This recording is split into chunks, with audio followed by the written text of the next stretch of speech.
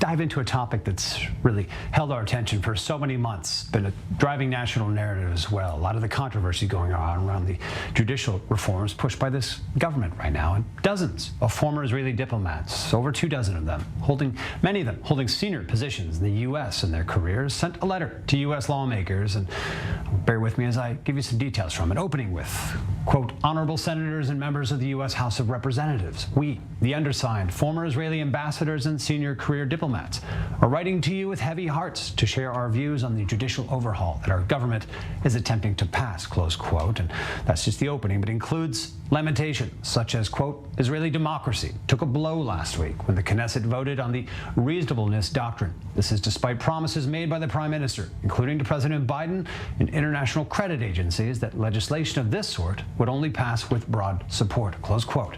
Well, it was important to give you an idea, obviously, of the position of this letter. Stark warnings, a cry for help from friends in the United States, yet a highly unusual, unorthodox move, so there's much to discuss, and upon that we're joined by Gilad Katz. He's a former political advisor to Prime Minister Netanyahu and a former consul general of Israel to the Southwest United States, joining us from Jerusalem. So thank you, Gilad. And in studio, we're joined by Nadiv, Tamir, former Israeli diplomat, political officer of the embassy, Israeli embassy in the U.S. and consul general in Boston as well, significantly a signatory to the letter that we're discussing. So thank you, Nadiv, for coming in as well. Look, I want to come to you first, Nadiv, to describe your motivation for putting your name on this letter, for helping write this letter. Well, as people who dealt a lot with Israeli diplomacy, especially in the U.S., we understand that the special relations between U.S. and Israel are based on the common values of liberal democracies. And we think that the same support that we received from the American Congress all those years could be best manifested in supporting the people who are demonstrating to save their democracy. And the trigger for this letter was the interviews that Prime Minister Netanyahu was doing all over the media in the U.S. while not talking to the Israeli media, and saying things that we don't think represent the true nature of what's going on. So we thought that the American legislators should know what the truth is from friends who know many of them personally. Gilad, I want to bring you into this, obviously, here. Look, do you have a problem with this approach, Gilad, to sending a letter to the U.S. Congress? I think this is outrageous. I mean, this is something that I see this letter as slandering or trying to slander the Prime Minister, the legitimate government of Israel that was elected just 8 months ago. I would just like to remind or to tell all your viewers that according to the letter that they have sent to Congress, they mentioned in the letter itself that the majority, what they call the majority, is a very slim majority, only of 0.6%. Now, that takes me back. I'm disappointed, and it even worries me. In any democracy, a majority is a majority. If it's slim or it's bigger than a slim majority, it's a majority. What they're trying to sell to the Congress is not only do they not agree with the agenda of the government, but it's a government that has a very slim majority. Now that is it's an absolute lie. We're talking about the Israeli system, political system. 64 mandates is not a slim majority. And I'm not talking about, as I said, this is an attempt of slandering Israel, its interests, and this is something that has never been done by diplomats. They know better than anyone else that there's a very importance for the interest of Israel just by the what we call the hasbara, and what they've been doing with this letter is outrageous. Nadav, I'm going to bring it back into Nadav here, Gilad, sorry, in the studio. But look, as you agree in the letter, and Gilad points us out, that this is a legitimately elected government in Israel. Absolutely. It's acting lawfully, in fact, as well. So how can you cry to America, as many see it? No, it is definitely a government that was elected fairly, but it was not elected to sabotage the basics of Israel democracy. This has to be a process that is done by a large majority, like the Constitution of the US. You cannot just do it in a way that, and actually it happened in the same day that Trump was indicted about trying to do something similar in the US, which is to change the rules of the game. It's true that it's not a regular thing that was not done in the past, but it is not regular times, and we cannot treat this as business as usual when the Israel democracy is under attack. And in terms of hasbara, I always thought that hasbara, which translates to English as propaganda, is for not democratic countries. For democratic countries, what we really want to put out is the truth, not to sugarcoat it the way Netanyahu was trying to do. And we felt that because of our fellow diplomats who are now serving cannot do it, we have to do it for them. And that's why we made that move.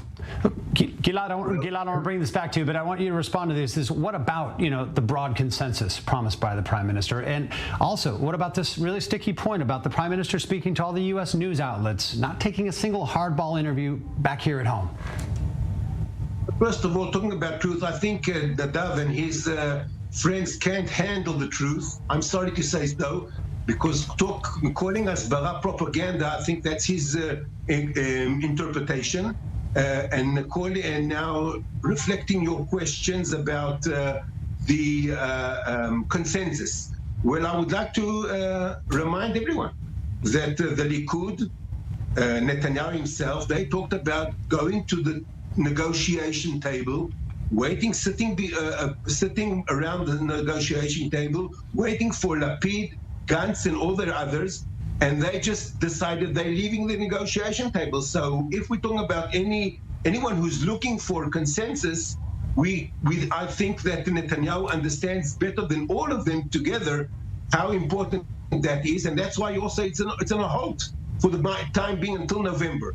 Regarding the reason that Prime Minister Netanyahu is giving interviews for American. It's got a lot of attention around here. Yeah, he's speaking a lot to U.S. media, but we don't see him doing the same here. Right, because once we see letters, just like we're talking about this letter that slanders Israel in the United States, I think that the best answer for that attempt is by Netanyahu, who knows a little more than me and Nadav together about hasbara, not propaganda, truth, and once we see such an outrageous attempt, I think first in Israeli history, of diplomats, dozens of diplomats sending a letter to the Congress trying to slander their own government. This is something that is it's absurd. It's unbelievable. Nadav, you're obviously aware of the unprecedented nature of this, and were these thoughts, that you wrestled with? Were these issues that you wrestled with before penning this letter, before sending this letter, realizing that this was out of the box? Well, we are living in a period that everything is out of the box. We're not living in regular days when we just don't agree with the government.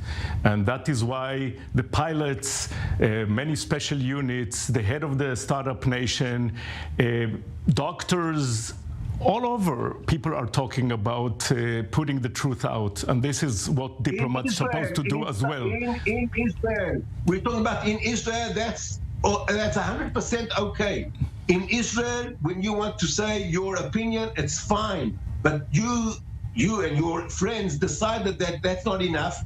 You slandering Israel overseas in the Congress. This is something that no, we're not slandering Israel. We're actually showing the nice side of Israel when the Prime Minister is lying and trying to. He understands that the American administration does not believe him. He understands that the people in Israel does not believe him. So he's trying to speak over the heads and is lying to the American public.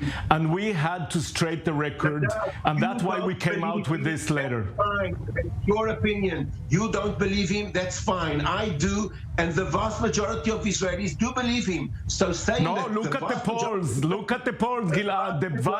The majority of Israelis don't believe him.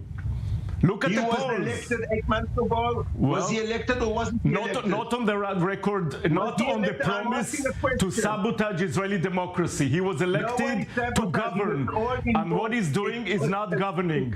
He's not dealing with the economy. He's not dealing with the security situation. He's not dealing with anything except killing our own democracy. This is only politics. This is what your opinion, and I respect that. But I'm sorry to say it's got nothing to do with the truth and the facts. Look, Gilad, I'll come back with you at this, that this wasn't a talking point on the campaign trail. Not that I recall, and I followed the campaigns closely. So where did this come from suddenly, and why so urgently? No. First of all, we have to put, thank you for asking that question, because the Defense Minister Gilad talked about it. Ohana, the head of the parliament, talked about it. Yariv Levin talked about it. This is something that was talked much before the election. Saying it wasn't is a blatant lie. That's just for the facts. And now I understand. I also agree that this has to be, the reform has to be taken very cautiously, slowly. You think that's been done so far? You think this has been the picture of caution so far? It took 8 months, 8 long months, just to have one very mild reasonableness law that they voted last week. 8 months. I think that's a long time to take a power away from the Supreme Court. Yes, and there was a lot of deliberation at that time. Look, Nadav, to bring you back into this, if you were representing this government now, what would you be saying internationally? Would you be talking the same way? I mean, how do you represent the government's actions at this point? Well, first of all, I believe the diplomats represent not only their government, they represent the whole country and the whole society. And this is what I used to do also as a diplomat. I would explain that this is the position of the government, but this is the position of people on the streets. And this is the position of the opposition. And this is where the Supreme Court is. And this is the way you should speak to audiences when you represent a democracy. We're not North Korea, where you come with the talking points that was sent to you by someone and you just read it. The job of the diplomats is to describe the situation as it is, but does a letter not like to this sugarcoat does it help, or does it further plant the wedge, between the sides? As we need sides to come together, we need consensus. Does a letter like this just further divide? No, we need the liberal democracies in the world to stand for each other.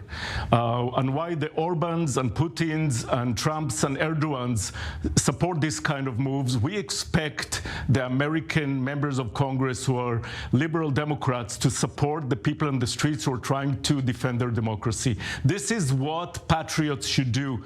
And all of the signers of this letter are patriot Zionists, while the people that sits in our government today, most of them would not sign the Declaration of Independence. It's the most anti-Zionist government we ever had. We're running out of time, Gilad, in short, closing thoughts in short. A very short look. I have no idea where it comes from. He says about signing or not signing the Declaration of Israel. I can say this, according to Mr. Tamir, whoever will refuse to go to the reserves, he's a patriot.